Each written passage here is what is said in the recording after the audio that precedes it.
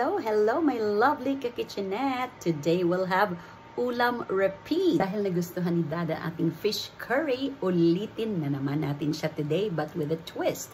Instead of okra, dahil parang hindi siya comfy kumain ng okra, gagamitin natin sahog ang carrots. And may surprise tayo, may bonus content tayo dahil what a coincidence, ang ingredients ng ating fish curry ay parang naging tongue twister. Kaya habang nagluluto tayo, we'll have tongue twister challenge. By the way, ang ating simple recipe, ilalagay natin sa comment section. Tara na sa ating munting kusina.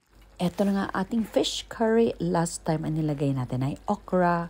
This time, carrots ang ating nilagay na sahog.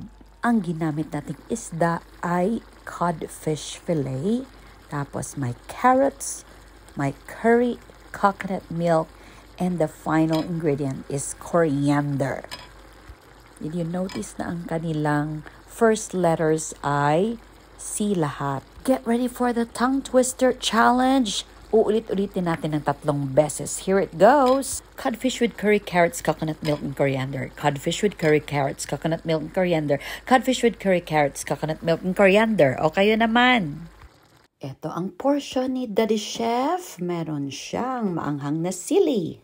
And ito naman ang aking portion with broccoli and okra on the side. Oh, so excited with the fish curry. Kain po. Maraming salamat po sa inyong patuloy na panonood. And to get updated of our latest videos, food ideas, and positivity and good vibes posts, please follow and subscribe. Ingat po lagi and God bless us all.